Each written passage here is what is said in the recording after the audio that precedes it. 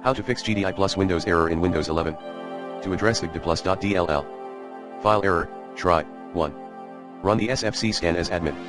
2.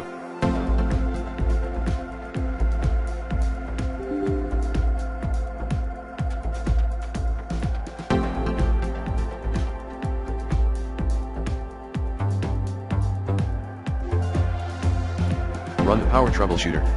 3.